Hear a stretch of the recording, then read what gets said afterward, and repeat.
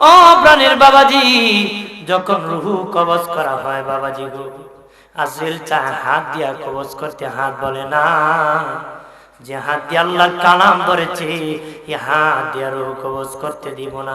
যে পা দিয়া মাদ্রাসা মাহফিলে গিয়েছে, মসজিদে গিয়েছে, পা দিয়া কবজ করতে দিব না। যে মুখ দিয়া নবীর প্রতি দরুদ পড়েছে, আল্লাহর জিকির করেছে, এই মুখ দিয়া কবজ করতে দিব না। যে কান দিয়া আজান শুনে মসজিদে গিয়েছে, এই কান দিয়া কবজ করতে দিব না।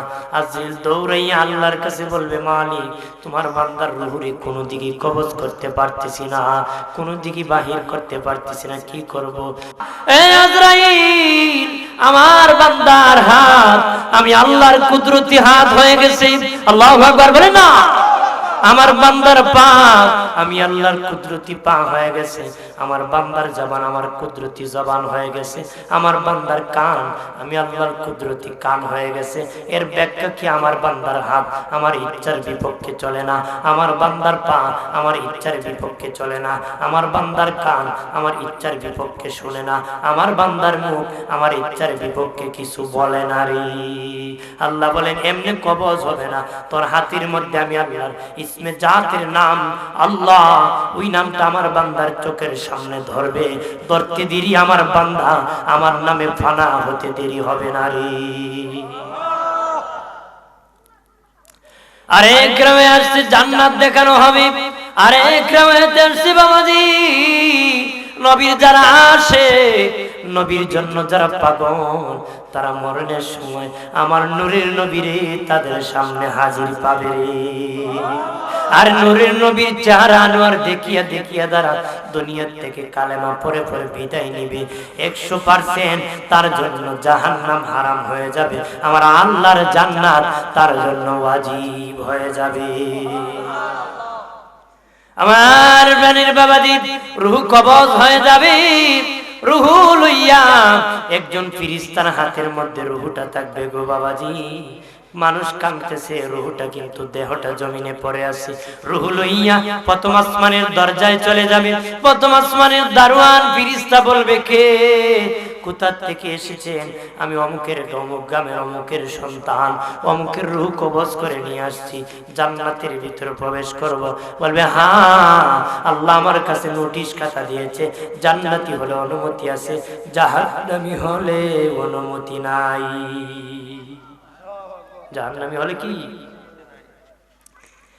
এমনি লিস্টে গাদা বাহির করে বলবে আজরাইল,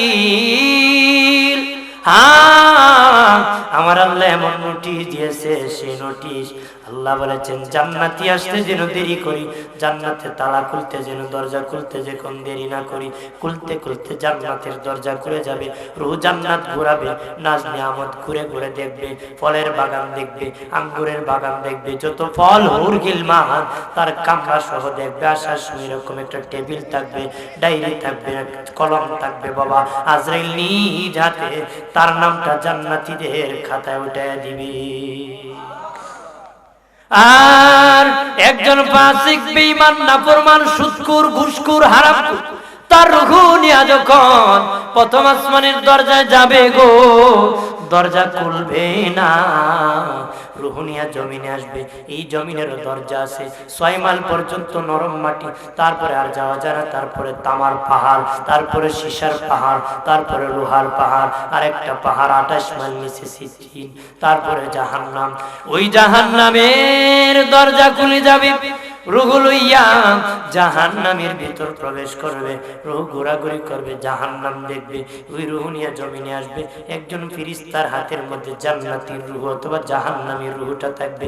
কেউ বাঁশ কাটতেছে, কেউ কবর খনন করতেছে, কেউ পানি গরম করতেছে, কেউ কাফন কিনতে আনছে, কেউ কান্নাকাটি কন্দন করতেছে। আম্মা জানা আয়েশা সিদ্দিকা রাদিয়াল্লাহু তাআলা আনহা নবীকে জিজ্ঞাসা করেছিলেন, ইয়া রাসূলুল্লাহ, দিনে নবীজি আমি আয়েশা জানতে চাই, মানুষের ইন্তিকালের পরে সবচেয়ে বেশি দুঃখের সময় কোনটা গো, যন্ত্রণার সময় কোনটা, খুব হৃদয় বিদারক সময় কোনটা গো নবী? নবী বলেন, আয়েশা রে, আয়েশা, মানুষের ইন্তিকালের পরে দাফনের আগে 3টা মারাত্মক যন্ত্রণা আছে আয়েশা। 1 নম্বর যন্ত্রণা যখন মানুষটা মরে যায় তখন তার কাপড় চোপড় টানিয়া টানিয়া খোলা হয়, লুঙ্গি টানিয়া খোলা হয়, পাঞ্জাবি টানিয়া টানিয়া খোলা হয়, গেঞ্জি যখন কেসি দিয়া কাটা হয়। নবী বলেন আয়েশার রূহ চিৎকার দিয়া বলে, বাবা জীবনে কত লুঙ্গি পরেছি, আলমিরাতে কত লুঙ্গি আছে রে, আর তো জীবনে পরবো না, আমার এই লুঙ্গিটা আমাকে কিছুক্ষণ সময় পরতে দে, এই প্যান্টটাকে আমার কিছুক্ষণ সময় পরতে দে, ওই জুব্বাটা আমার কিছুক্ষণ সময় পরতে দে, আমার গেঞ্জিটা কিছুক্ষণ সময় আমাকে পরতে দে। নবী বলেন আয়েশা রে, পৃথিবীর কেউ মানে না, টানিয়া টানিয়া কেসি দিয়া কাটিয়া কাটিয়া ফেলে দে রে। ওই সময় রুজিকার দিয়া বলে আর কান্নাকাটি করি রে। নবী বলেন আয়েশা রে, ওই সময় বড় মারাত্মক যন্ত্রণা রুহুর। এটা হলো ইন্তিকালের পরে 1 নম্বর যন্ত্রণা। একটু চিল্লায় জবান খুলে বলেন আল্লাহু আকবার। 2 নম্বর যন্ত্রণা হলো, নবী বলেন আয়েশা যখন মরে যাওয়ার পরে উঁচু জায়গার থেকে নিচু জায়গার মধ্যে নামায় দাও। কাঠের মধ্যে বাবা ইন্তিকাল করেছে, নিচু ঢালার মধ্যে নামায় দাও। আমিরুল মুমিনিন খলিফাতুল মুসলিমিন হযরত ওমর ফারুক রাদিয়াল্লাহু তাআলা আনহু বলেন, পৃথিবীর মানুষ রে, তোমার মা মরে যাক, বাপ মরে যাক, উঁচু জায়গা থেকে তো তাড়াতাড়ি নিচু জায়গায় নামায় দিও না। চিৎকার দিয়ে কান্নাকাটি করে বলে, বাবা আর জীবনে কোনোদিন এই খাটের মধ্যে আমি ঘুমাবো না রে, কিছুক্ষণ সময় আমার খাটটার মধ্যে আমার ঘুমাইতে দে। এইভাবে কন্দন কান্না করি। নবী বলেন আয়েশা রে, পৃথিবীর কেউ মানে না, খাট থেকে লাশ নামিয়ে দে রে। ইন্তেকালের পরে এই হলো 2 নম্বর যন্ত্রণা। একটু চিল্লায়া জবান করে বলেন আল্লাহু আকবার।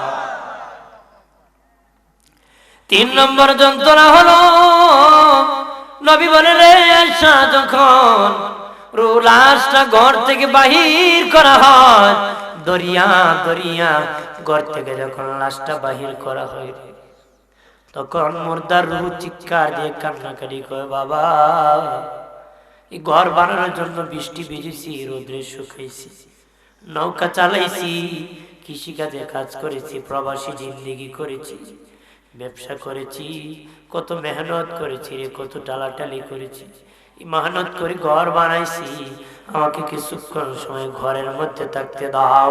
নবী বলেন পৃথিবীর কেউ তার বাবার লাশকে ঘরে রাখে না, কাউ কোনো লাশ ঘরের মধ্যে রাখবে না রে। ওই সময় বের করা হয়, তখন মুর্দার রূহ বড় কষ্ট পায়, চিৎকার দিয়ে কান্নাকাটি করে। এই হলো 3 নম্বর যন্ত্রণা। একটু চিল্লায় জবান করে বলেন আল্লাহু আকবার। ও মুমিনের দল, ভালোভাবে শুনে না, পৃথিবী ছেড়ে একদিন আমাদের সকলকে চলে যেতে হবে। আজকে মাটির উপরে ঘর আছে, আগামীকাল মাটির নিচে আমাদের ঘর হতে পারে, পারে না? তবে রে শুনে নাও ভালো করে, যখন মাটিতে রাখা হবে মাটি কে ফেলবে। তবে আল্লাহর কসম কেটে বলতে পারি, ওই মাটি একজনের গোলাম, তিনি হলেন আমার আল্লাহ। যদি তুমি আর আমি আল্লাহর গোলাম হতে পারি, মাটির বাবার ক্ষমতা নাই তোমার আমার দেহ খাবে। খাবে মাটি? ওই আল্লাহর গোলাম আমরা হতে হবে। হ্যাঁ, এখন মানুষের গোলামি মানুষ করে, আল্লাহর গোলামি বাদ দিয়ে দিছে। এই জন্য ইমাম গাজ্জালী রাহমাতুল্লাহ আলাইহি বলেন, লুকিং গ্লাস অর্থাৎ আয়নার দিকে তাকাও রে, সুন্দর চেহারা দেখার জন্য তাকায় না, তাকায় দেখো কালো চুল সাদা হয়ে গেছে, কালো দাড়ি সাদা হয়ে গেছে, চেহারার মধ্যে লবণতা এসে গেছে। তাল গাছে তাল পাকলে গাছে থাকে না, জোনানাইকেল গাছে থাকে না, পাকনাম গাছে থাকে না। বান্দা তোর পাকা ধরেছে, এই দুনিয়া তাকার জায়গা নারী পাকছে। সর্বপ্রথম হযরত ইব্রাহিম নবীর দাড়ি পাকছে। সর্বপ্রথম কি ইব্রাহিম নবীর আগে কারো চুল দাড়ি পাকে? কয়েকটা যখন পেকে গেছে, উনি বলেন মালিক আল্লাহ এটা কি গো? আল্লাহ বলেন ইব্রাহিম এটা তোমার ইজ্জত রে ইব্রাহিম। ইব্রাহিম নবী বলে আল্লাহ দাড়ি পাকলে যদি ইজ্জত বাড়ে তুমি আরো পাকায়া দাও। আমরা ওটা খালি খালি মারে, মারতে মারতে তুতা মারে, কথা হয় না, মারতে মারতে এমন মার দেও একবারে ভরাই লাগে। হ্যাঁ আল্লাহ বানাইছে, আল্লাহ কয় বুড়া মানুষ আমার কাছে কান্না আমার শরম লাগে, আমি মাফ করে দিই। সুবহানাল্লাহ বলেন না? ওদের এক লোক শুনছে যে দাড়িওয়ালা, সাদা দাড়িওয়ালা কান্না আল্লাহ শরম পায়। বেটা কয় আমি যদি কাঁচা দাড়ি অবস্থায় মারা যায়, ছেলের ওসিয়ত করছি আমি মরে গেলে আটা দিয়ে ময়দা দিয়ে দাড়ি সাদা করে কবরে নামাবো। বেটা কাঁচা দাড়ি অবস্থায় মরে গেছে, ছেলে আটা ময়দা দিয়ে সাদা করে কবরে নামাইছে, ফিরিস্তা আইছে প্রশ্ন করতেছে তোমার রব কে? সে কয় আল্লাহ কইছে সাদা দাড়ি দেখলে শরম পায়, তোমরা কি শরম করে না? সুবহানাল্লাহ বলে না? আমার আল্লাহ ডেকে বলে ফিরিস্তারা কবর থেকে বের হয়ে আস, আমার বান্দা আমার কথার উপর এত বড় বিশ্বাস করেছে রে। আমি মালিক বলেছি সাদা দাড়িওয়ালা যদি আমার দিকে তাকায় চোখের পানি ছেড়ে দিয়ে আমি আমার শরম লাগে মাফ করে দিই। এই কথার উপর এত বড় বিশ্বাস করেছে, আমি আমার বান্দাকে আমি মাফ করে দিয়েছি। আল্লাহ মাফ করে দেয় খালি ওমর ফারুক রাদিয়াল্লাহু তাআলা যুগে এক বেটা সাদা দাড়ির মধ্যে কালো রং লাগিয়ে বিয়ে করে নিয়েছে। কি করছিল? কালো রং দিয়া। এক মাস পরে যখন তার দাড়ি সাদা হয়ে গেছে, রং যখন চলে গেছে, মেয়ের বাবা আমিরুল মুমিনিন খলিফাতুল মুসলিমিনের দরবারে বিচার দায়ের করছে। আমিরুল মুমিন অমুক গ্রামের অমুকের সন্তান বুড়া বেটা জোয়ান সুরত ধরে আমার মেয়ে বিয়ে করছে, বিচার চাই। তারে ডাকছে বেটা তুই সাদা দাড়ি কালা রং মারে বিয়ে করলি, তুই জানোস না আল্লাহ রাসূল কিছু ধোঁকাবাজ রাসূলের উম্মত না, ধোঁকাবাজ আমার উম্মত না, তোমাকে এখন গর্দান উড়াই দিতে হবে। কে বলেছে? খলিফা আমিরুল মুমিনিন ওমর ফারুক রাদিয়াল্লাহু তাআলা। ওই লোক জোর হাত ধরে কয় আমিরুল মুমিনিন এই হাদিস আমি জানতাম না, যদি জানতাম এমন ধোঁকা দিতাম না গো। এরপরও বাবাজি ৮০টা বেত তার পিঠে মারা হয়েছিল রে। আমার প্রাণের বাবাজি খেয়াল করেন ভালো করিয়া, পৃথিবী ছাড়িয়া এই দেশ ছাড়িয়া চলে যেতে হবে গো। কেউ যেতে চায় না, তারপরও যেতে হয়। মালিকের সাথে ওয়াদা করেছি। বলতে পারেন কখনো ওয়াদা করেছি এটা তো আমি জানি না। পৃথিবীতে আসার পরে মায়ের বুকে দুধ খেয়েছি সেটি আমার খেয়াল নাই। এত হাজার বছরের কথা তো খেয়াল থাকার কথা না রে। তবে বাবা আল্লাহ বলেছেন আমরা ওয়াদা করেছি সেটা অবশ্যই আমরা বিশ্বাস করি। মা বলেছে মায়ের কথা বিশ্বাস করে দুধ খেয়েছি। বাবাজি আল্লাহ বলেছেন ওয়াদা করেছি এটা আমরা বিশ্বাস করি। সুবহানাল্লাহ বলেন। আমার বানের বাবাজি রং তামাশার জিন্দেগি কাটায় না রে, তামসা করতে করতে জিন্দেগি কাটায় না, হাসতে হাসতে জিন্দেগি কাটায় না রে। রংবাজি আর সিটিং বাজি করিয়া জিন্দেগি কাটায় দিও না। ইমাম জালালউদ্দিন রুমি বলেন পৃথিবীর মানুষে তোর জিন্দেগি কান্নার জিন্দেগি বানা, তামসার জিন্দেগি বানাস না। কানতে কানতে যদি জিন্দেগি কাটাইতে পারস, মরলে এমন হাসি দিবি যে হাসির শুরু আছে শেষ নাই। আর যদি তামসার জিন্দেগি আর মস্কারির জিন্দেগি যদি বানাও, তামসা করতে করতে সিটিং বাজি আর রং বাজি করতে করতে জিন্দেগি কাটায় দিলে কবরে এমন কান্না দিবে রে যে কান্নার শুরু আছে শেষ নাই। আমরা তো তামসার জিন্দেগি মস্কারি, কার কে মারতে পারে আর খাইতে পারে কথা না, মারো আর ধরো আর খাও ফুর্তি করো, এটি একটি দুনিয়া। হায় দুনিয়া কবে সুখ হে কবে দুঃখ হে। এখন সুখ আবার একটু পরে দুঃখ, একটু পরে দুঃখ আর একটু পরে সুখ এসে কথা না, এটার নাম দুনিয়া। ছেলে হইছে আলহামদুলিল্লাহ, একটু পরে মরে গেছে ইন্না লিল্লাহ, দুঃখের সংবাদ এসেছে এটা সুখে আর দুঃখে মিলে হলো কি দুনিয়া। আমার বানের বাবা দিরানি, মরণ একদিন পাখরাও করবে, ঘেরাও করবে। ইমাম জালালউদ্দিন সিয়ুতী বলেন, মরণের সময় যখন হয়ে যায় গো, একটা মানুষ মরণের সময় যখন হয়ে যায়, তার দেহের উপর 500 ফেরেশতা ঝাঁপিয়ে পড়ে যায়। কসম, এই পর্যন্ত শুনছেন নাকি? দাঁতমন্ডল, নাসিরপুর, আপনাদের এলাকার কেউ আছে বেড়া শক্তি বেশি আছিল, আজেল কুস্তি করে পারছে না? আছে নাকি? হ্যাঁ, বেড়া তো একটু শক্তি বেশি, আজেল মজাইতে তো পারছে না, কইছে আরো 10 বছর পরে আইবে। আছে তোর কোন আছে? মানুষ বড় দুর্বল, আমরা দুর্বল। মায়ের পেট থেকে যখন পৃথিবীতে আসছি বাবাজি, কথা বলতে পারে না, হাঁটতে পারে না, নিজে নিজে নিজের খাবার বাহির করতে পারে না। একটা ছাগলের বাচ্চা পৃথিবীতে আসার পরে নিজে নিজে গা ঘষে ঘষে খাবার বাহির করে।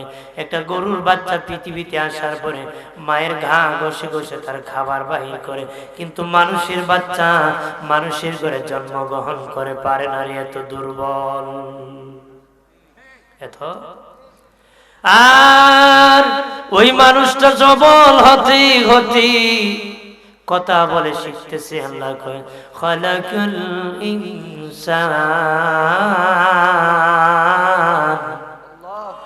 আল্লামাহুল বায়ান। আল্লাহ বলেন, মানুষ বানাইছি আর তার প্রয়োজন মিটে দিয়েছি। আমি যেই দেশে পাঠাইছি সেই দেশের ভাষা শিকার জ্ঞান আমি দান করেছি। আছে নাকি?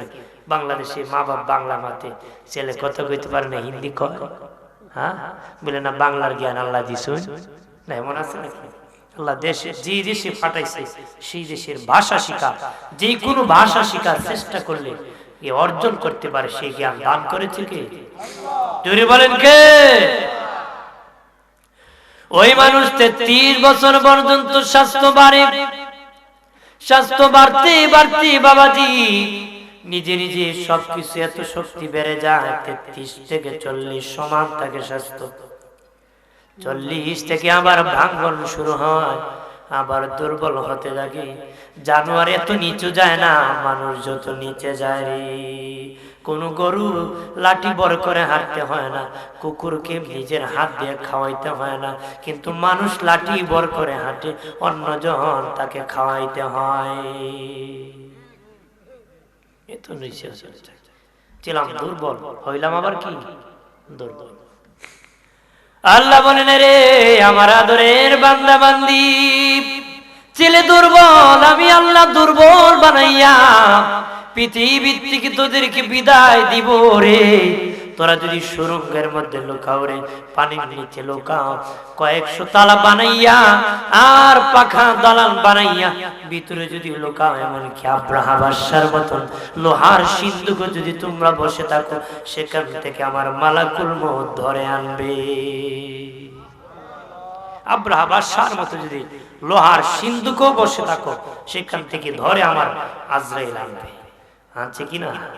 কত লোকে গ্লাস ফিটিং করে মাইয়ে আটকানোর চেষ্টা করেছে, দেশের পণ্ডিত মার্কারা চতুর্দিকে গ্লাস ফিটিং করছে। আজরাইল কোন দিকে ঢুকে চতুর্দিকে দাঁড়িয়ে আছে, হঠাৎ করে গ্লাস পেটে গেছে, ব্যক্তি মরে গেছে। আজরাইল নানারও লাগল কথা ধরে বলে ভাবে আল্লাহ আজরাইলের ক্ষমতা বাড়াই দিছে।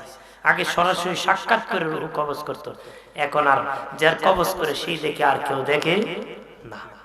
আর যদি দেখতে উপায় আছে, যে বাঙালি আগে টাকা দিয়ে গুন্ডা বাহিনী রেডি করতো, আজরাইল আটকানো রাখতো না, আল্লাহ এই ব্যবস্থা করছে। মুসা নবী যখন তাপ্পড় মেরে চোখ ফেলে দিছিল, তখন আজরাইল কইছিল আমি আর আজরাইল গিরি করবো। আল্লাহ কইছে তোর শক্তি বাড়াই দিব, বাড়াই দিলে মুসার কাছে আর যাবো না। আল্লাহ কোন যাওয়া লাগবো, নরমে কওয়া লাগবো, কারণ তোমার তে আমার মুসার পাওয়ার বেশি। সুবহানাল্লাহ বলেন না?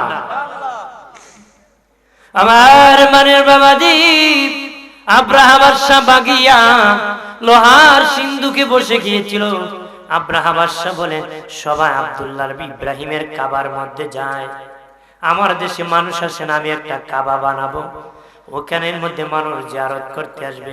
আব্রাহা বাদশা তার দেশে একটা কাবা বানাইছে, মানুষ যায় না। মক্কার কুরাইশি খানদানের এক ব্যক্তি কয়, আব্রাহা দে কাবা বানাইছে, ওই কাবাটাকে একবার দেখে আসি।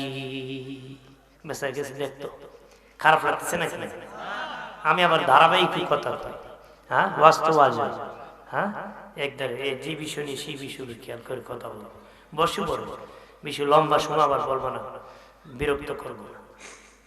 আমি আবার এমন না ওয়াজ করতে করতে মানুষ যাইতেছি একবার ওয়াজ চোখ মুজে করতেছে, ওরা চোখ তুলে দেখে এক পেট বইয়া ওই বসে দিছে, তুমি আল্লাহ লিখো দৌড় মিয়া। আমি কি বলি, আমি মাইক আমি কি এই তালে ওয়াজ করতাম না। আমার বানের বাবাজি, কুরাইশি খানদানের এক ব্যক্তি আব্রাহার কাবা দেখার জন্য গিয়েছে। সেখানের মধ্যে মূর্তি রাখছে। আব্রাহা বাদশা ধাক্কা লাগিয়া ওই মূর্তির হাড় ভেঙে গিয়েছিল গো বাবাজি। ওই কুরাইশি খানদানের লোক জান বাঁচাইয়া আব্রাহার দেশ থেকে ভাগিয়া চলে আসছে। আব্রাহা কুরাইশি খানদানের লোক আমার খোদার হাড় ভাঙছে, এটার প্রতিবাদ করার জন্য তাদের পূর্বপুরুষ ইব্রাহিমের কাবা ভাঙ্গার জন্য মক্কায় যাব রে। নাউজুবিল্লাহ, খোদার আবার হাড় ভাঙে খেতে। আল্লাহ রাসূলের কাছে এক ব্যক্তি এনে একটা মূর্তি নিয়ে গেছে। রাসূলুল্লাহ জিজ্ঞেস দেখতেছেন এটার একটা হাড় ভাঙ্গা, বলে এটা হাড় ভাঙে খুব মেজাজ গরম হয়েছিল, খোদার হাড় ভেঙে লিখছি।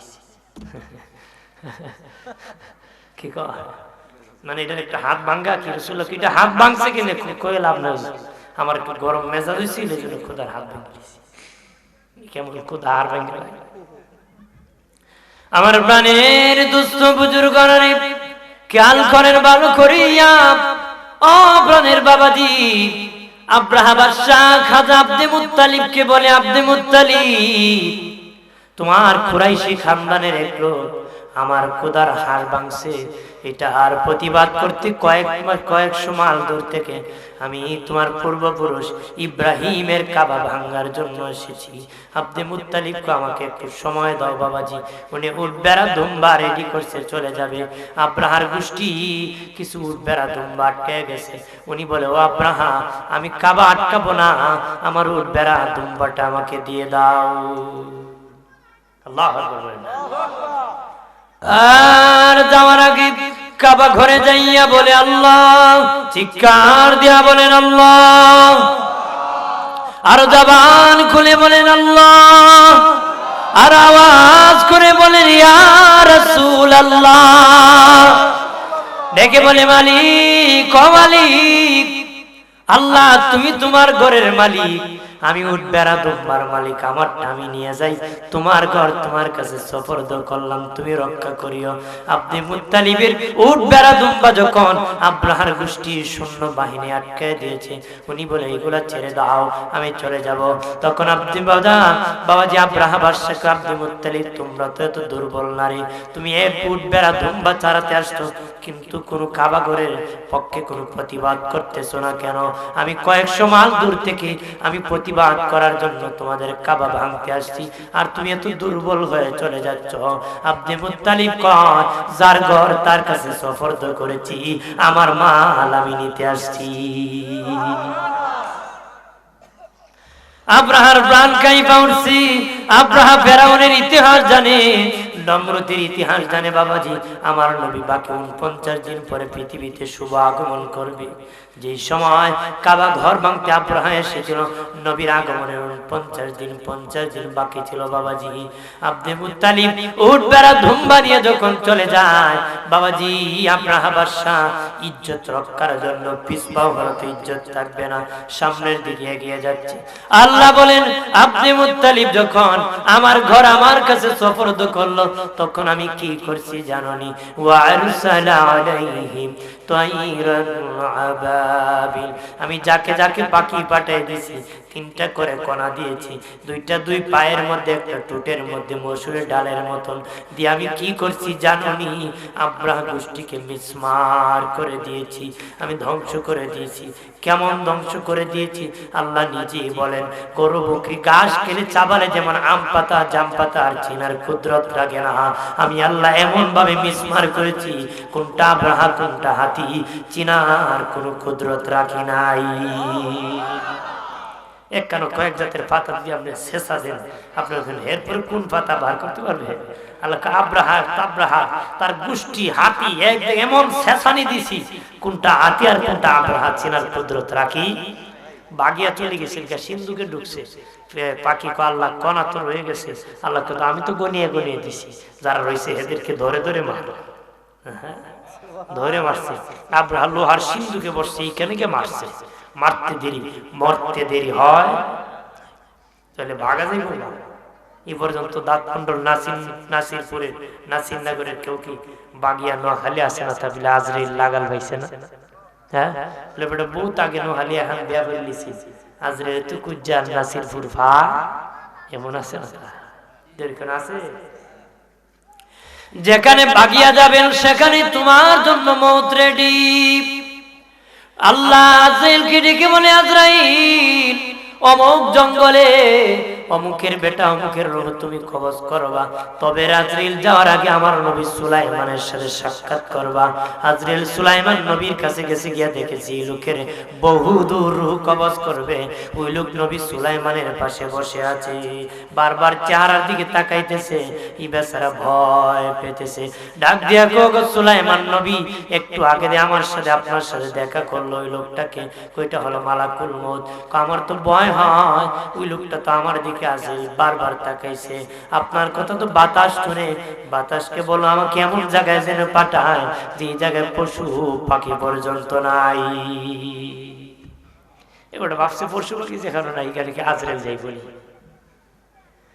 বাবাজি নবী সুলাইমানের আন্ডারে পশু, বাবাজি বাতাস জিন জাতি সবাই ছিল রে। বাতাসকে বলেছেন মুহূর্তে বাবা ওই জঙ্গলে পাহাড়ে বসাই দিছে, বসাইতে দেরি আজরাইল সামনে দাঁড়াইতে দেরি করে নাই। বাবা তুমি আইছি কেন? আহা আমি তো এখানে আইছি। কয় তুমি তো এখানে, কয় এখানে তোমার মৌ, আমার তো এখন বললে গোসল হবে না, কাফন হবে না, জানাজা হবে না, তো তোর কপালে কিছু নাই, এখানে খালি মরা আছে। তাইলে ভাগিয়া লাভ হইছে, যেরকম লাভ হইছে। আমার প্রাণের দুস্থ বুজুর্গরা, একটা মানুষের মরণের সময় যখন হয়ে যায়, বাবাজি জান্নাতি হলে ৭০,০০০ ফেরেশতারাই হানি ফুলদানি নিয়ে সুঘ্রাণ যুক্ত বাবা ঘ্রাণ নিয়ে ফুল নিয়ে তার সামনে হাজির হয়ে যায়। আমার দিনের নবী বলেন, উম্মতের নারী সাবধান হয়ে যাও, সারা জীবন তোমার পাছনে শয়তান যত মেহনত করবে, মওতের সময় তার চেয়ে বেশি মেহনত করবে বেঈমান বানানোর জন্য রে। কত কঠিন ভয়াবহ।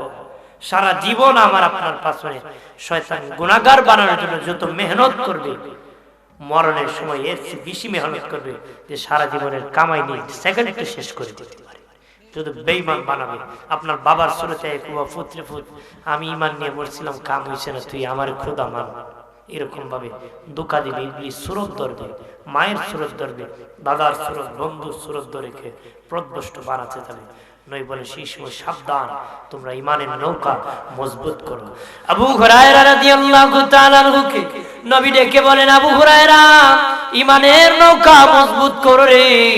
ইমানের নৌকা যদি, দুনিয়ার নৌকা যদি মজবুত না করে, তাকে মেঘনা নদীর দূরে চলে যাবে, ভেঙ্গে চুরমার হয়ে যাবে। মওতের তুফান বড় শক্ত তুফান। নবী বলেন, ইমানের নৌকা মজবুত থাকলে বেঈমান শয়তান তোমাদেরকে বেঈমান করতে পারবে না রে। ওই তুফান পের হয়ে আমার আল্লাহর জান্নাতের মেহমান হবে রে। ইমানের নৌকা মজবুত করতে হবে। ইমানের নৌকা ঢেলা থাকলে কি হয় জানেননি? ওদের মধ্যখানে রশির যদি একটা গিট্ট থাকে, যেমনি টানবেন হেমদি যাইব, কথা হয় না। আর মধ্যখানে যদি টাইট করেন, হেমদিও যাইতো না, হেমদিও যেত না। ইমান যদি লকর জকর থাকে, যে সকালে একটা করবো, বিকালে একটা করবো, কথা হয় না। সকালে করবো নবী আমার চেয়ে দামি, বিকালে করবো আমার মতন বড় ভাই, ইমান লোহর জহর মার্কা মুসলমানের খাম। যার ইমান শক্ত হইছে হের জীবনে এরকম ব্যাপাইসা কথা হইতো। আমার প্রাণের বাবা দিরানি খেয়াল করেন ভালো করিয়া, ও প্রাণের বাবাজি, যখন রুহু কবজ করা হয় বাবাজি গো, আজরাইল চায় হাত দিয়া কবজ করতে, হাত বলে না, যে হাত দিয়ে আল্লাহর কালাম ধরেছে এ হাত দিয়ে রুহু কবজ করতে দিব না। যে পা দিয়া মাদ্রাসা মাহফিলে গিয়েছে, মসজিদে গিয়েছে, পা দিয়া কবজ করতে দিব না। যে মুখ দিয়া নবীর প্রতি দরুদ পড়েছে, আল্লাহর জিকির করেছে, এই মুখ দিয়া কবজ করতে দিব না। যে কান দিয়া আজান শুনে মসজিদে গিয়েছে, এই কান দিয়া কবজ করতে দিব না। আজরাইল দৌড়াইয়া আল্লাহর কাছে বলবে, মালিক তোমার বান্দার রুহুরে কোনো দিকে কবজ করতে পারতেছি না, কোনো দিকে বাহির করতে পারতেছি না, কি করব? এ আজরাইল, আমার বান্দার হাত আমি আল্লাহর কুদরতি হাত হয়ে গেছে। আল্লাহু আকবার বলে না। আমার বান্দার পা আমি আল্লাহর কুদরতি পা হয়ে গেছে। আমার বান্দার জবান আমার কুদরতি জবান হয়ে গেছে। আমার বান্দার কান আমি আল্লাহর কুদরতি কান হয়ে গেছে।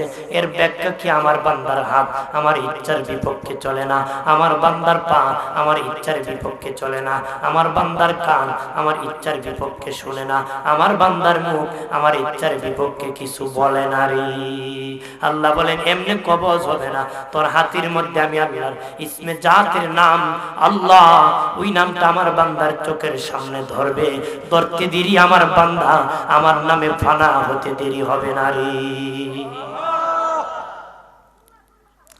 আরে গ্রামে আসছে জান্নাত দেখানো হবে, আরে গ্রামে আসছে বাবাজি নবীর যারা আসে, নবীর জন্য যারা পাগল, তারা মরণের সময় আমার নূরের নবীরে তাদের সামনে হাজির পাবে।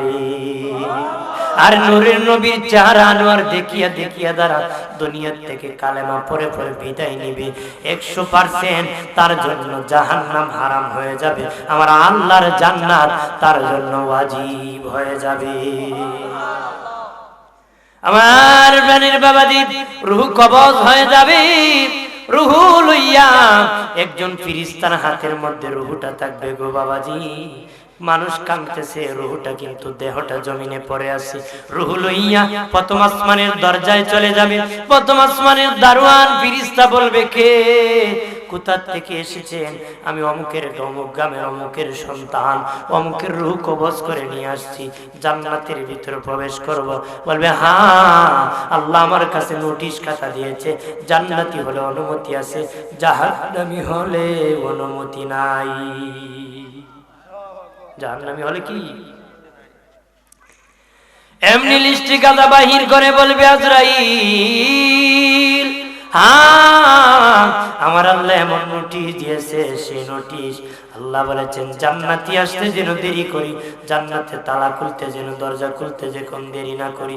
খুলতে খুলতে জান্নাতের দরজা খুলে যাবে, রূহ জান্নাত ঘুরাবে, নাজ নিয়ামত ঘুরে ঘুরে দেখবে, ফলের বাগান দেখবে, আঙ্গুরের বাগান দেখবে, যত ফল হুর গিলমান তার কামরা সহ দেখবে। আসার সময় এরকম একটা টেবিল থাকবে, ডায়েরি থাকবে, কলম থাকবে। বাবা আজরাইল নিজ হাতে তার নামটা জান্নাতীদের খাতায় উঠায় দিবে।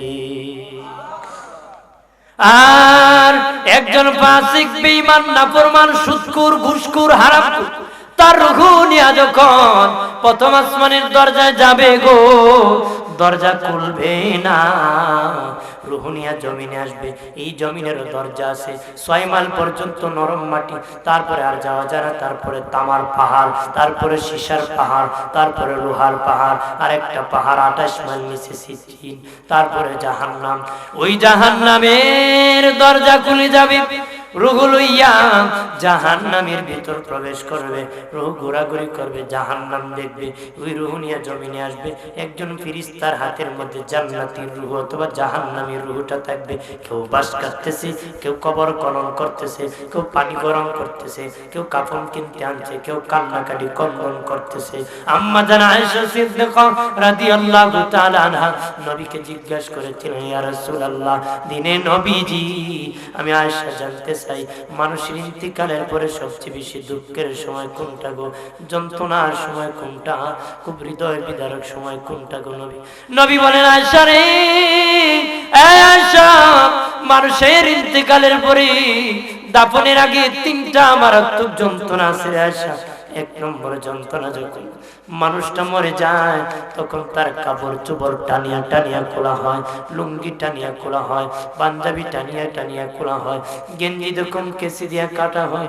নবী বলেন আয়েশা রে, রূহ চিৎকার দিয়া বলে বাবা, জীবনে কত লুঙ্গি পরেছি, আলমিরাতে কত লুঙ্গি আছে রে, আর তো জীবনে পরবো না, আমার এই লুঙ্গিটা আমাকে কিছুক্ষণ সময় পরতে দে, এই প্যান্টটাকে আমার কিছুক্ষণ সময় পরতে দে, ওই জুব্বাটা আমার কিছুক্ষণ সময় পরতে দে, আমার গেঞ্জিটা কিছুক্ষণ সময় আমাকে পরতে দে। নবী বলেন আয়েশা রে, পৃথিবীর কেউ মানে না, টানিয়া টানিয়া কেসি দিয়া কাটিয়া কাটিয়া ফেলে দে রে। ওই সময় রূহ চিৎকার দিয়া বলে আর কান্নাকাটি করি রে। নবী বলেন আয়েশা রে, ওই সময় বড় মারাত্মক যন্ত্রণা রূহের। এটা হলো ইন্তিকালের পরে এক নম্বর যন্ত্রণা। একটু চিল্লায় জবান খুলে বলেন আল্লাহু আকবার। দুই নম্বর যন্ত্রণা হলো, নবী বলেন আয়েশা, যখন মরে যাওয়ার পরে উঁচু জায়গার থেকে নিচু জায়গার মধ্যে নামায় দাও। কাঠের মধ্যে বাবা ইন্তিকাল করেছে, নিচু ঢালার মধ্যে নামায় দাও। আমিরুল মুমিনিন খলিফাতুল মুসলিমিন হযরত ওমর ফারুক রাদিয়াল্লাহু তাআলা আনহু বলেন, পৃথিবীর মানুষ, তোমার মা মরে যাক, বাপ মরে যাক, উঁচু জায়গা থেকে এত তাড়াতাড়ি নিচু জায়গায় নামায় দিও না। রূহ চিৎকার দিয়ে কান্নাকাটি করে বলে বাবা, আর জীবনে কোনোদিন এই খাটের মধ্যে আমি ঘুমাবো না রে, কিছুক্ষণ সময় আমার খাটটার মধ্যে আমার ঘুমাইতে দে। এইভাবে রূহ কন্দন কান্না করে। নবী বলেন আয়েশা রে, পৃথিবীর কেউ মানে না, খাট থেকে লাশ নামিয়ে দে রে। ইন্তেকালের পরে এই হলো দুই নম্বর যন্ত্রণা। একটু চিল্লায়া জবান করে বলেন আল্লাহু আকবার। তিন নম্বর যন্ত্রণা হলো, নবী বলেন রে আয়েশা, যখন রূহ লাশটা ঘর থেকে বাহির করা হয়, দরিয়া দরিয়া ঘর থেকে যখন লাশটা বাহির করা হয়, তখন মুর্দার রূহ চিৎকার দিয়ে কান্নাকাটি করে বাবা, এই ঘর বানানোর জন্য বৃষ্টি ভিজেছি, রোদ্রে শুকাইছি, নৌকা চালাইছি, কৃষিকাজে কাজ করেছি, প্রবাসী জিন্দেগি করেছি, ব্যবসা করেছি, কত মেহনত করেছি রে, কত টালাটালি করেছি, মেহনত করে ঘর বানাইছি, আমাকে কিছুক্ষণ সময় ঘরের মধ্যে থাকতে দাও। নবী বলেন পৃথিবীর কেউ তার বাবার লাশকে ঘরে রাখে না, কাউ কোনো লাশ ঘরের মধ্যে রাখবে না রে। ওই সময় বের করা হয়, তখন মুর্দার রূহ বড় কষ্ট পায়, চিৎকার দিয়ে কান্নাকাটি করে। এই হলো তিন নম্বর যন্ত্রণা। একটু চিল্লায় জবান করে বলেন আল্লাহু আকবার। আল্লাহুম্মা সাল্লি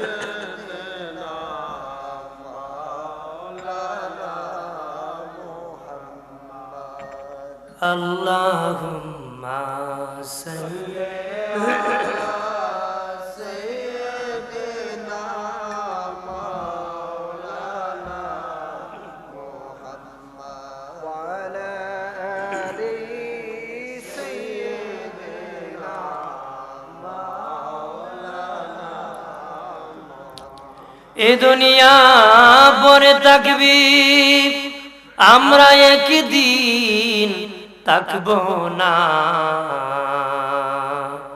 যারে যারে কাঁদবে রে মন, কেউ না চাবে ফিরিয়া আল্লাহ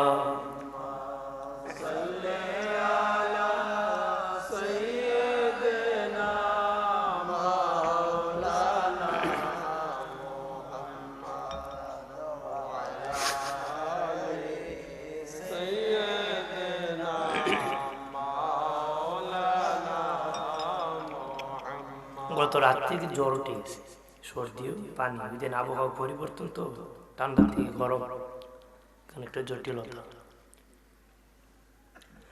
আমার বানের বাবা দিনারি খেয়াল করেন ভালো করিয়া, ও বাবাজি রুহু লইয়া খাটিয়ার মধ্যে লাশ লইয়া যখন জানাজার মাঠে যাবে গো, তখন রুহু জানাজার উপস্থিত মুসল্লির উদ্দেশ্যে করে একটা ভাষণ দান করে। কি করে? তুই জান্নাতি হয়, জাহান্নামী হইলে ভাষণ দেন আর আফসোস করে, তোরা যে জানতেই খবর করতে না, আমি খবর জানি জান না। কি কর রুহ তুই জানতে এমন কান্না করতে না, তার জানাজা আসতে, আমি খবর জানি, আমি জাহান্নাম দেখে আসছি, জাহান্নাম। এইভাবে প্রাণের বাবাজি জান্নাতি হলে জানাজার ময়দানে বলে, এর জানাজার উপস্থিত মুসল্লিরা তোমাদের উদ্দেশ্যে ভাষণ দিচ্ছি, জীবন নবীর সুন্নত তরিকায় চালায় রে, মন গড়া চালায়ও না, আমি যেইভাবে জান্নাতি হইছি তোমরা সেইভাবে জান্নাতি হও। এইভাবে সকলের উদ্দেশ্যে ভাষণ দান করে। এরপরে বাবাজি কবর খনন করে গো, কবরের মধ্যে যখন রাখা হয়, জিন্দা করার আগে, জিন্দা যখন করা হয়, মুনকার নাকি আসার আগে নাজির এবং বাসী নামক দুজন ফেরেশতা আসে, তার কম্পেয়ার করে, ভালো না মন্দ সেটা যাচাই করে, মার করে দেয়। তারপরে মুনকার নাকি আসে, প্রশ্ন করে উত্তর যখন দিয়ে দিবেন, আল্লাহ বলবেন কবরের সাথে জান্নাতের যোগাযোগ লাগাইয়া দাও। তার পরনে জান্নাতের পোশাক পরে দাও, তার কবরে জান্নাতের বিছানা বিছিয়ে দাও। দুলামিয়া যেমন বাসর ঘরে ঘুমায় যা, তুমিও তেমনি ঘুমায় যা। কতদিন ঘুমাইবা? ইয়াউমাল কিয়ামা, কিয়ামত পর্যন্ত ঘুমাইতে থাকরি। বেচারা কিয়ামত পর্যন্ত ঘুমাই যাবে। ঘুমাইতো কেমনে? বাসর ঘরে মানুষ যেমনি ঘুমায় এমনি। আপনার কোন রাত 2টা যদি বাসন করে কেউ বাড়ি মারে দরজায়, যে বেটা বিয়া করছে নতুন, হের মেজাজ গরম কোনো ঠান্ডা, হ্যাঁ খুব বেটা নাটক করতে করতে আইসি, দুঃখ নাটক করতে, খালি একটু ঢুকলাম এখানে আইসি, কথা তোরে বলেন না। ওই জান্নাতীরা যখন কবরের মধ্যে ঘুমায় যাবি, ইসরাফিল যখন বাঁশি বাজাবে, মেজাজ গরম করে উঠবে, একটু আগে বুঝি ঘুমাইলাম, এখনই বুঝি বাঁশি বাজায় দিল রে, বড় মেজাজ গরম করবো, খালি ঘুমাইলাম, এখন এখন কতদিন ঘুমাইছে বুঝবেন নি, একটা আন্দাজ হওয়ার জন্য।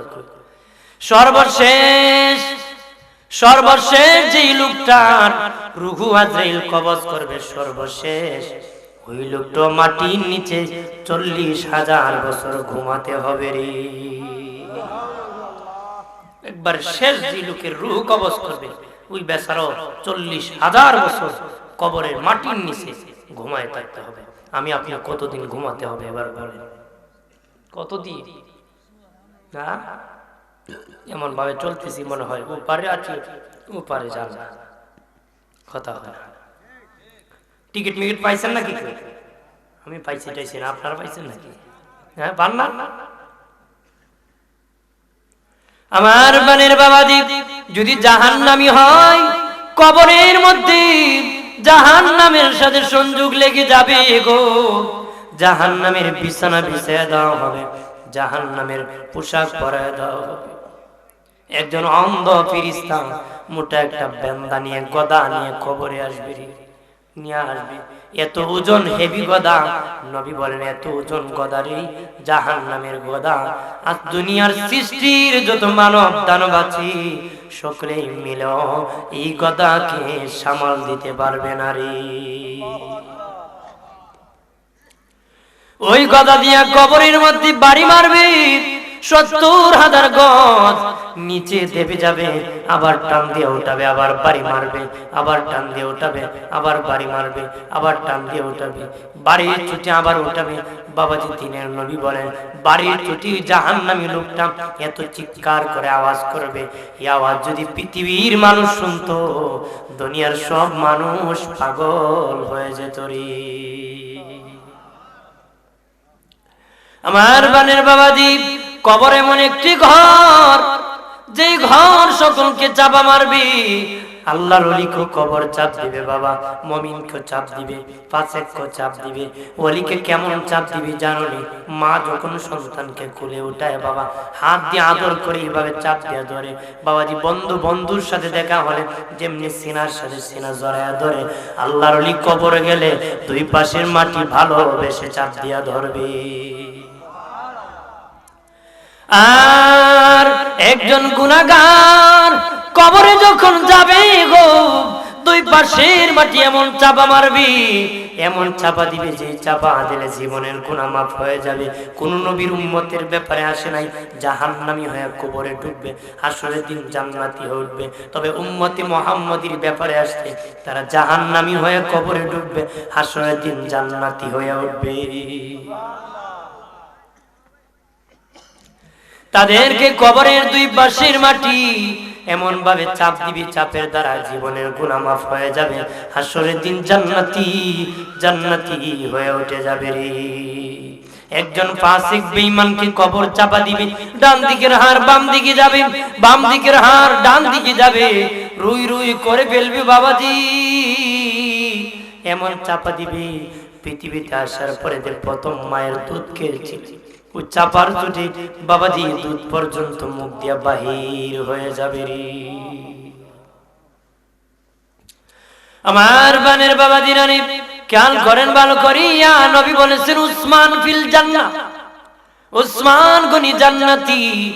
এরপর উসমান গনি জিন্নুরান রাদিয়াল্লাহু তাআলা আনহু কবরের পাশে গেলে কাঁদতে কাঁদতে অস্থির হয়ে গেছেন। খেজুর গাছের রসের মতন টপ টপ করে পানি পড়তো রে, ওনার দাড়ি মুবারক পর্যন্ত ভিজে যেত। অথচ নবী বলেছেন উসমান ফিল জান্নাহ, আমার উসমান জান্নাতি, আমার উসমান বেহেশতি। নবী এইভাবে ঘোষণা করেছেন। কিন্তু কবরের পাশে গেলে উনি কান্না করতে করতে অস্থির হয়ে যেতেন, বেহুশ হয়ে যেতেন। সাহাবীরা তখন বলে, হুজুর কি জন্য আমি আপনি এইভাবে কান্না করি? নবী জাহান্নামের বয়ান করলো, এমন কন্দন করেন না, কান্না করেন না, কবরের পাশে গেলে এত কান্না করেন।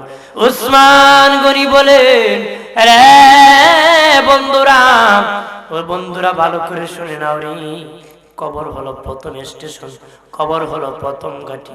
আমি উসমান যদি কবরে ধরা পড়ে যাই, সব জায়গায় ধরা পড়ে যাব। কবরে নাজাত পেলে সব জায়গায় নাজাত পেয়ে যাব। কবর এমন ঘর, ধরা পড়লে একাই কষ্ট করতে হবে, কাউকে পাশে পাওয়া যাবে না রে।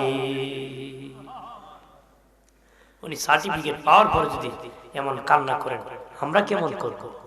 আমরা তো খবরই পাই নাই, এই সন্ধানও পাই নাই। কথা বলেন ঠিক কিনা? আমার বানের বাবাজি, মেরাজ রজনীতে আল্লাহর নবী বুরাকের পিঠে যখন যেতে যেতে এক জায়গার মধ্যে বুরাক থেমে গেল। নবী বললেন, জিবরিল এটা দুনিয়া না আসমান রে? জিবরিল বলে, নবী এটা দুনিয়া, এটার নাম হলো মদিনা। নাম কি? ইয়াসরিব। নাম কি? নবীজি গো, যেখানে ঘোড়া থেমেছে এই জায়গার মধ্যে আপনার বিবি আয়েশা সিদ্দিকার ঘর হবে গো নবী, আর সেখানে আপনার রওজা মুবারক হবে। আরো জোরে বলে, আর কয়েক মিনিট কইতাম নি। এখানে আপনার বিবি আয়েশা সিদ্দিকার ঘর হবে, সেখানের মধ্যে আপনার রওজা মুবারক হবে। আম্মা জান আয়েশা একদিন নবীকে বললেন, ইয়া রাসূলুল্লাহ, দিনের নবীজি, আপনার ইন্তেকাল শরীফের পরে আপনি কোথায় ঘুমাবেন? নবী বলেন, আয়েশা রে আয়েশা, তুমি জানো নি আমি কোথায় ঘুমাবো? আম্মা জান আয়েশা কো নবী মনে হয় আমি জানি আপনি আপনার বাবার পাশে ঘুমাবেন। নবী কো না না আয়েশা এখনো সিদ্ধান্ত নেই নাই। তাহলে আর কি জানুনি কোন জায়গায় আমি ঘুমাবো? নবী বুঝতে পেরেছি আপনি আপনার মায়ের পাশে ঘুমাবেন। নবী কো আয়েশা এখনো সিদ্ধান্ত নেই নাই। নবী বলে আয়েশা তুমি জানুনি? আয়েশা কো ইয়া রাসূলুল্লাহ মনে হয় খাদিজাতুল কুবরার পাশে আপনি ঘুমাবেন। নবীকে এখনো আমি সিদ্ধান্ত নেই নাই। আমার দিনের নবী বলেন আয়েশা রে আয়েশা আর জানুনি কোথায় ঘুমাবো? আম্মা জান আয়েশা বলে নবীজি নিজের হাতে জান্নাতুল বাকি বানাইছেন, সেখানে মনে হয় আপনি ঘুমাবেন গো নবী। নবী বলেন এখনো সিদ্ধান্ত নেই নাই। আর জানুনি? আয়েশা কো আর জানি না, আল্লাহ আল্লাহ রাসূল ভালো জানে, আপনি বলে দেন কোথায় ঘুমাবেন। নবী বলেন আয়েশা রে নবীদের যেখানে বাসস্থান হয় সেখানে তাদের রওজা মুবারক হয়। ওরে আয়েশা আমি যদি তোমার হুজরায় ঘুমাইতে চাই তুমি অনুমতি দিবানি? আম্মা জান আয়েশা বলেন নবীজি আমার মতন ভাগ্যবান কে হতে পারে, আমার মতন কপালওয়ালা কে হতে পারে? আপনি দিনের নবী, আমি আয়েশার হুজরায় ঘুমাবেন, আমার মতন ভাগ্যবান আর কে তো হতে পারে গো নবী। আমি অনেক খুশি, আপনাকে আমার হুজরা শরীফে জায়গা করে দিব। আরো জোর করেন না। আল্লাহ নবীর বিদায়ের পরে নবীজি মা আয়েশার হুজরায় ঘুমায় গেলেন। তবে এর আগে ওই সময় নবীকে আম্মা জান আয়েশা বলেছিলেন নবী আপনার পাশে কে ঘুমাবে? নবী বললেন তোমার বাবা আবু বকর ঘুমাবে। আবু বকরের পাশে কে ঘুমাবে? নবী বললেন তুমি আয়েশা সিদ্দিকা ঘুমাবে। বাবাজি নবীর বিদায়ের পরে প্রথম খলিফা আবু বকর সিদ্দিক রাদিয়াল্লাহু তাআলা আনহু উনি যখন অসুস্থ হয়ে বললেন হযরত আলী রাদিয়াল্লাহু তাআলা আনহু দেখতে ওনাকে গেলেন। দেখতে যখন গেলেন বলেন আলী রে নবী আমাকে কবরের জায়গা দিয়েছে, কিন্তু আমার ইন্তিকালের পরে কবর খনন করবা না রে, তুমি আমার গোসল করাইবা, জানাজা পড়িয়া খাটিয়া লইয়া আমার দিনের নবী রওজা শরীফ যাইয়া আমি হতভাগা আবু বকরের সালামটা দিও রে। আর বলিও নবীজি আপনার হতভাগা আবু বকর আপনার পাশে ঘুমাতে চায় গো নবী, অনুমতি দিবানি? নবী যদি অনুমতি দিয়ে দাফন করবা, না দিলে জান্নাতুল বাকি দাফন করে দিবা। আলী বলে আবু বকর নবী তো অনুমতি দিয়েছেন আবার কেন চাবো? হযরত আবু বকর সিদ্দিক বলে আলী রে আমি জানি না নবীর বিদায়ের পরে যে দেশ চালাইতেছি চালানো ভুল ত্রুটি হয়ে গেছে নাকি, ভুল হলে তো আমার নবী বেজার হয়ে যাবে, বেজার হলে নবী তো আর আমার জায়গা দিবে না রে। এই জন্য নবীর কাছ থেকে অনুমতি আনিও। হযরত আলী বলেন আবু বকর সিদ্দিক রাদিয়াল্লাহু তাআলা ইন্তিকালের পরে গোসল করাইয়া খাটিয়ায় উঠে কাফন পরাইয়া জানাজা পড়িয়া লাশ লইয়া আল্লাহর নবীর রওজা শরীফ যাইয়া আমি সালাম কানে দিয়া বললাম ইয়া রাসূলুল্লাহ আপনার আবু বকর আপনার পাশে ঘুমাতে চায়। আলী বলে একবার বলেছি কোনো উত্তর নাই, দুবার বলেছি কোনো উত্তর নাই, তিনবার বলেছি কোনো উত্তর নাই। আমি আলী ভয় পেয়ে গেলাম নবী নাকি আবু বকরের প্রতি রাগ করে গেছেন নাকি। আমি আলী এমনি সেজদায় পড়ে হুজুর হিজরতের সাথে আবু বকর, গুহার সাথে আবু বকর মক্কার বাড়ি ঘর বিক্রি করে মদিনার পল্লীতে ঘর নির্মাণ করেছে আপনি রাসূলুল্লাহর পাশে নামাজ পড়ার জন্য। যে আবু বকরের আপনি নূরের চেহারা দেখা বড় পছন্দ, তার ছোট্ট মেয়ে আয়েশাকে বিয়ে দেওয়া বড় পছন্দ গো নবী, এত ভালোবাসতো আবু বকর, এই আবু বকরকে এত তাড়াতাড়ি কেমনে ভুলে গেলা গো নবী? হযরত আলী বলেন এই কথা বলতে দেরি হয়েছে, আল্লাহর নবীর রওজা শরীফ তরতর করে কাঁপতে দেরি হয় নাই। রওজার ভিতর থেকে আওয়াজ আসলো আলী রে আলী আমার বন্ধু আবু বকর আমার পাশে ঘুমাবে, অনুমতির দরকার নাই, তাড়াতাড়ি ঘুম পাড়াইয়া দাও, কিয়ামত পর্যন্ত দুই বন্ধু একই চাদরের নিচে ঘুমায় থাকবো। দুই বন্ধু কি একই চাদরের নিচে ঘুমায় থাকবে। আমার বানের বাবা জিরানি এরপরে হযরত উমর ফারুক রাদিয়াল্লাহু তাআলা আনহু খেলাফতের দায়িত্বে বসলেন বাবাজি। উনি যখন অসুস্থ হলেন, অসুস্থ কেমনে হয়েছেন জানেননি? বেঈমানরা ওনার প্রতি আক্রমণ করেছে। মসজিদ নববীতে নামাজ পড়াইতেছেন গো, নামাজের ইমামতি করতেছে। নামাজের মধ্যে মুনাফিক মুসল্লিরা হযরত ওমরের প্রতি আক্রমণ শুরু করছে। আমাদের দেশে আজও মুনাফিক নামাজি আছে। তারা নামাজ পড়ে পড়ে নবীর বদনাম করে, বাবা রোজা রেখে রেখে নবীর বিরোধিতা করে।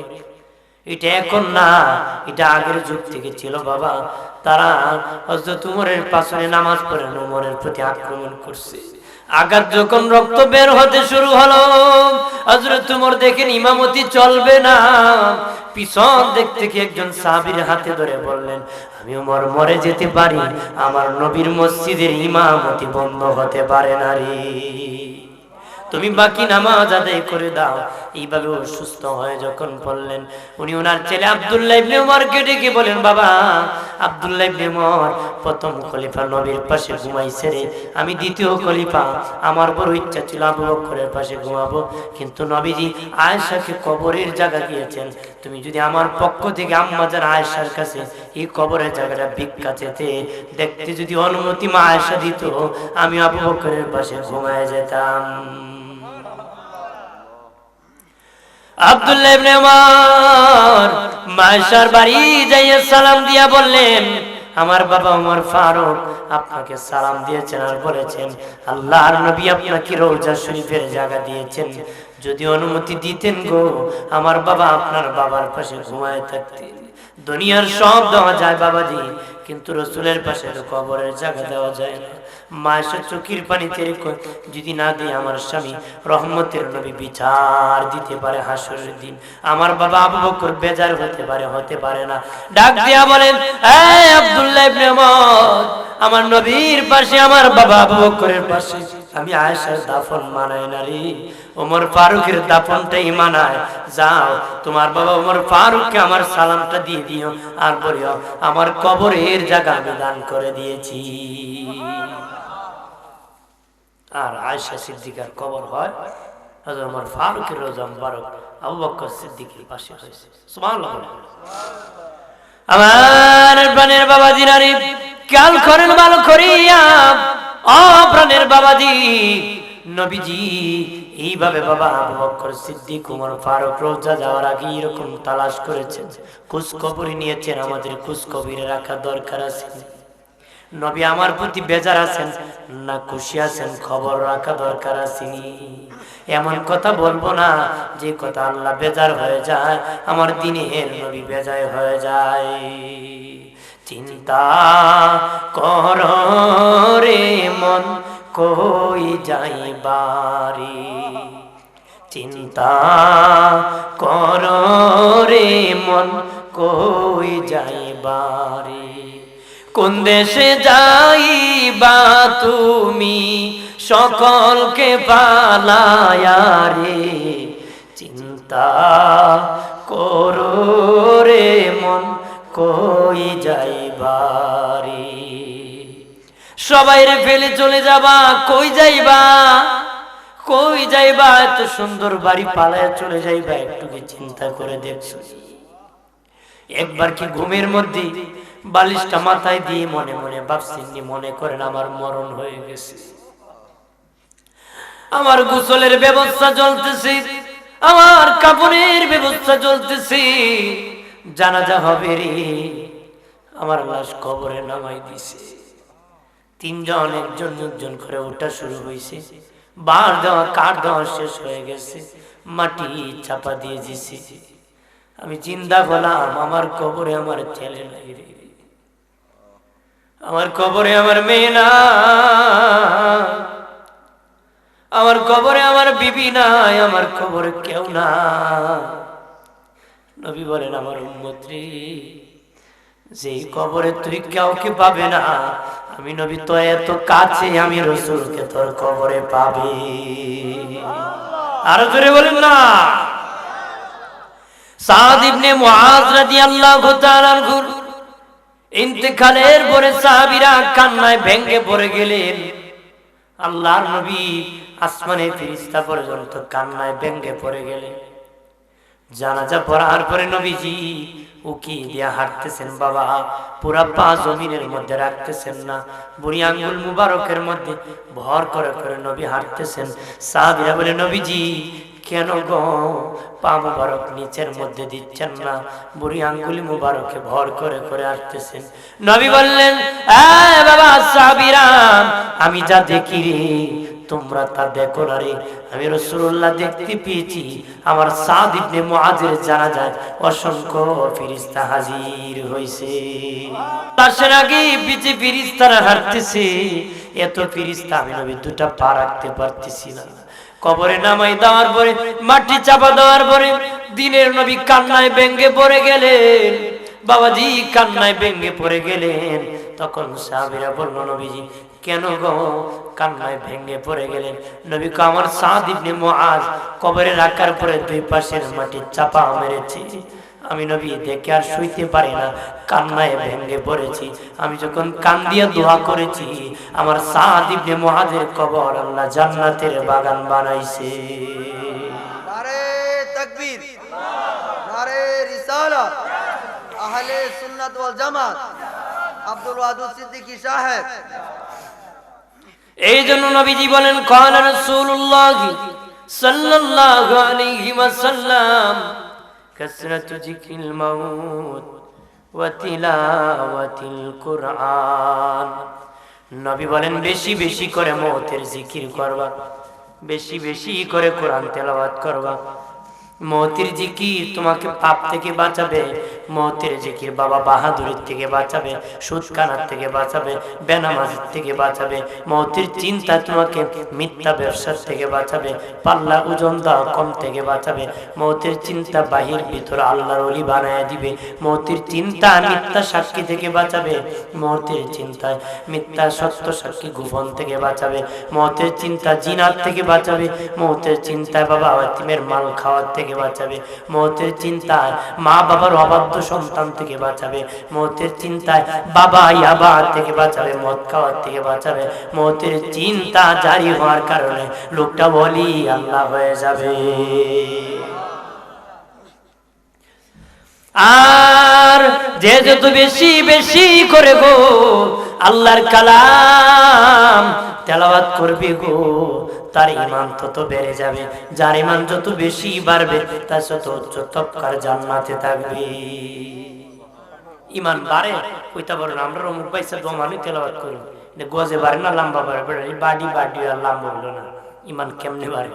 গজেও বাড়তো না, লম্বায় বাড়তো না, ঈমানি শক্তি বাড়বো। সুবহানাল্লাহ। ঈমানি শক্তি বাড়বে মানে বাবাজি কার ঈমান কত শক্ত, যার জীবন যত গুনাহমুক্ত তার ঈমান তত শক্ত বাবাজি।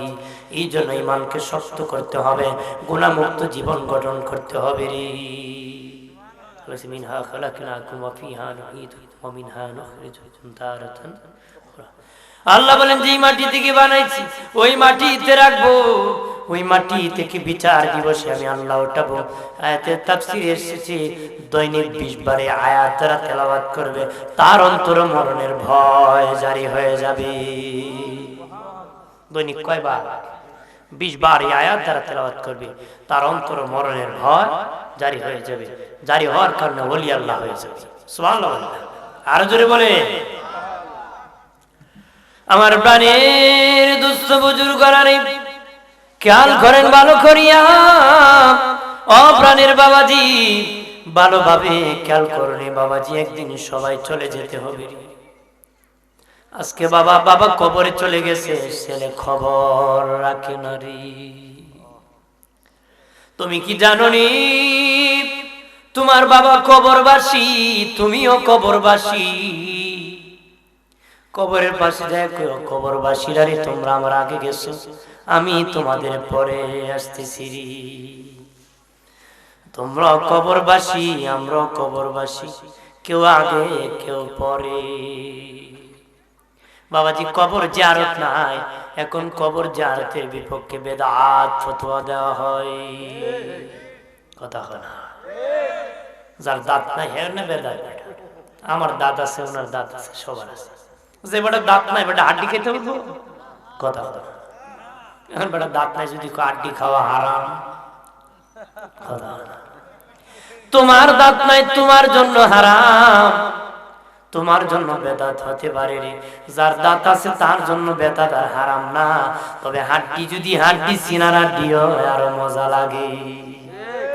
যার ঈমান নাই তার জন্য বেদাত আর হারাম হতে পারে, যার ঈমান আছে তার জন্য জিয়ারত করা সুন্নাত। কথা বলা দাঁত নাই বেটা হাড্ডি খেতে পারতো না, ঈমান নাই বেটা জিয়ারত করতে পারতো।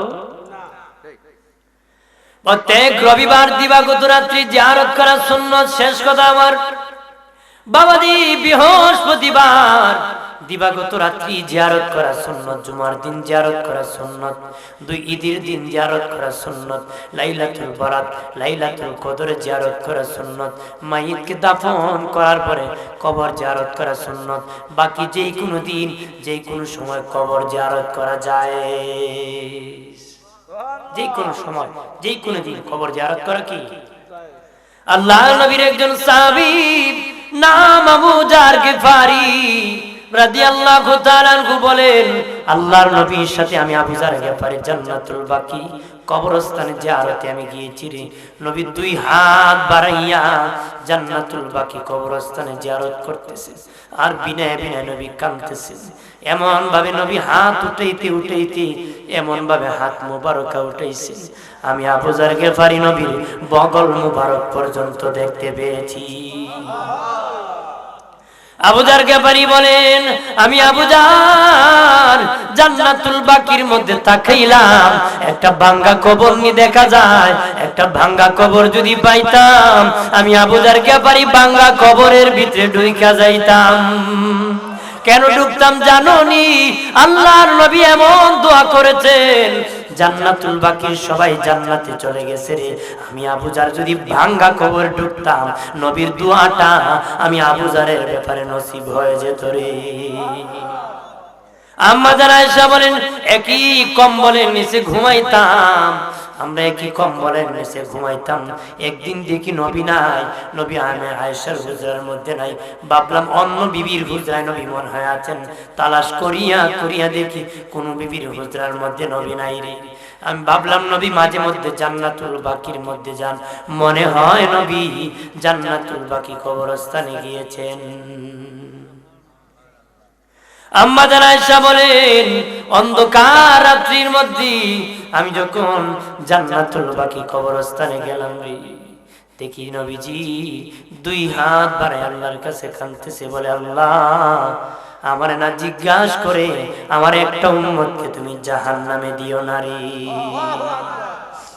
নবী এইভাবে কাঁদতেছে, বলে মালিক ও মালিক আমারে না জিজ্ঞাসা করিয়া আমার একটা উম্মতকে তুমি জাহান্নামে দিও না রে। এইভাবে নবী কান্না করতেছে। আম্মা জান আয়েশা বলেন, ওই জান্নাতুল বাকির দোয়া যখন শেষ প্রান্তে চলে আসলো, আমি আয়েশা বুঝতে পারলাম দোয়া শেষ হলে নবী আর জান্নাতুল বাকিতে থাকবেন না, আমি আয়েশার হুজরায় নবী চলে যাবেন। আমি আগে আগে হাঁটিয়া বাবাজি মা আয়েশা বলেন হুজরায় আসিয়া কম্বল গায়ে দিয়ে শুয়ে থাকলাম। নবীজি আসিয়া দেখেন আম্মা জান আয়েশা বড় বড় শ্বাস ছাড়তেছে। বাবাজি মা আয়েশা কয়, নবীজি বলে আয়েশা রে তুমি চমৎকার চালাকি চিনো, কিছুক্ষণ আগে তুমি আমার পাছনে জিয়ারতে ছিলা, এখন বুঝি আমারে ঘুম দেখাইতেছ রে। আম্মা জান আয়েশা কম্বল ফেলে দিয়ে মুস্কি হাসি দিয়া বলে, নবীজি অন্ধকার রাতে আপনার পাছনে আমি জিয়ারতে শরীক হইছি গো, কেমনে গো আপনি দেখতে পেলেন? সুবহানাল্লাহ। নবীজি বলেন, আয়েশা রে আয়েশা তুমি কি আমাকে অন্য নবীদের মতন মনে করছো রে? অন্য নবীরা দিনে দেখলে রাত্রে দেখতো না, সামনে দেখলে পিছনে দেখতো না, ডানে দেখলে বামে দেখতো না। আমি রাসূলুল্লাহ ফারাআইতু মাশারিকা ওয়া মাগারিবাহা, পৃথিবীর পূর্ব প্রান্ত থেকে পশ্চিম প্রান্তে যত কিছু ঘটে যায় আমি রাসূলুল্লাহ সব দেখতে পাই। তুমি তো আমার পাশে ছিলে, আমি দেখছি। আম্মা জান আয়েশা বলে, নবীজি খুব কান্নাকাটি করে মুনাজাত করেছেন, আল্লাহকে দোয়ার মধ্যে কোনো ভালো সংবাদ জানাইছিনি। নবী কয় আয়েশা রে, আমার আল্লাহ দুইটা ভালো সংবাদ আমারে জানাইছে। এক নম্বর, আমার আল্লাহ আমার সাথে ওয়াদা করেছে কিয়ামতের দিন আমাকে না জিজ্ঞেস করে আমার একটা উম্মতকে জাহান্নামে দিবে না রে। সুবহানাল্লাহ বলেন। এই জন্য আরশে আজিমে যখন আমার দিনের নবী গিয়েছেন, দেখলেন একদিকে একটা কুরসি আরেকদিকে 312টা কুরসি। বলেন ও মালিক, একদিকে একটা আরেকদিকে 312টা।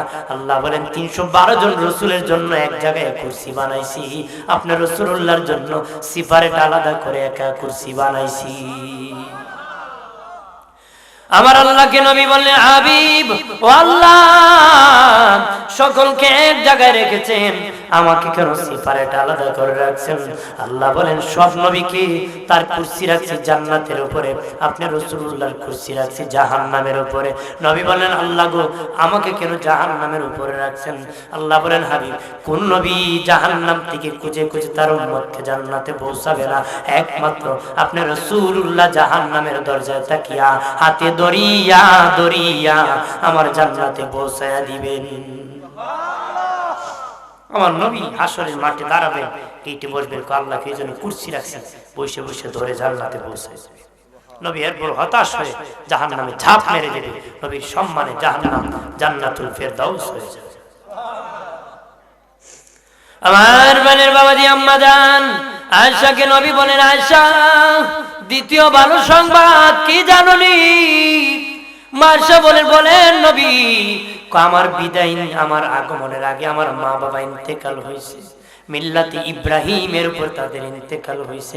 আমার ধর্ম, আমার কালেমা আমার মা বাবা পড়তে পারে নাই, ওই দুয়ার মধ্যে আমার মা বাবার রুহানি জগতে বর্জ্য কি জগৎ, রুহানি জগতে বর্জ্য কি হবে, আমার মা বাবাকে জিন্দা করিয়া আমি রাসূলুল্লাহর কালেমা পড়াইয়া ডাবল ইমানদার বানাইয়া আমি রাসূলুল্লাহর উম্মত বানাইছে।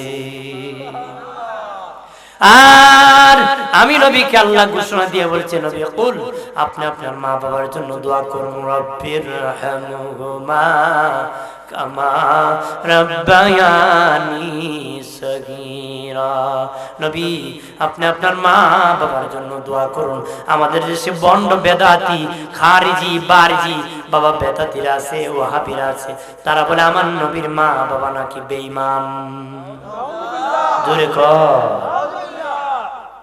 যেই মৌলবী বলবে আমার নবীর মা বাবা বেঈমান, বলবে তুমি ডাবল বেঈমান, পারবেননি?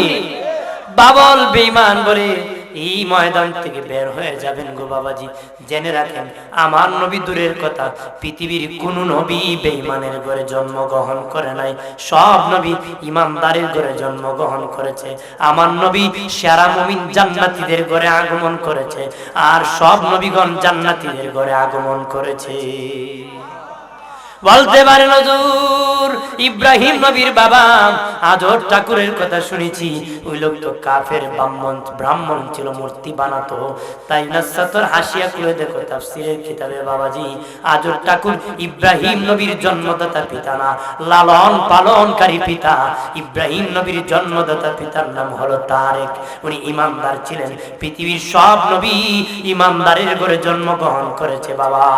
আমার নবীও সেরা মুমিন জান্নাতি, আব্দুল্লাহ আর আমেনা সেরা জান্নাতীদের ঘরে আগমন করেছে। ওদের কথা শোনা যাবে না, ওরা কোন নবী নাকি নবীর মা বাবার ফয়সালা করতে পারবে না। এ বেটা, হাসরের মাঠে তো কোন নবী, কোন আমার নবী ছাড়া কোন ফয়সালা করতে পারবে না। আল্লাহ ভয়ঙ্কর কাহার হবে। আর নবী যখন আল্লাহর দিকে তাকাবেন, তাফসীরে ওয়া মা আরসালনাকা ইল্লা রাহমাতাল লিল আলামিন তাফসীরে লেখছে নবী আল্লাহর জন্য রহমত। সুবহানাল্লাহ বলেন।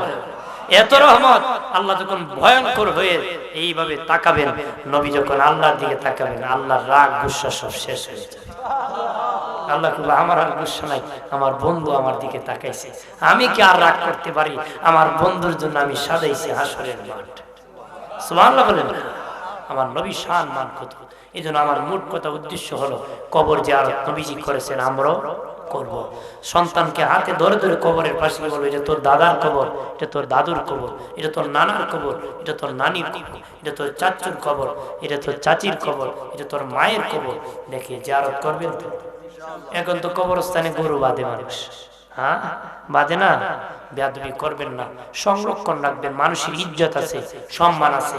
অন্য প্রাণী মরলে এরকম ইজ্জতের সাথে কবরে রাখা হয় না। নদীতে ফেলে দে, খালে ফেলে দে, বাড়ির উঠানে ওদের পায়ের নিচে রাখে। কথা বলেন ঠিক কিনা?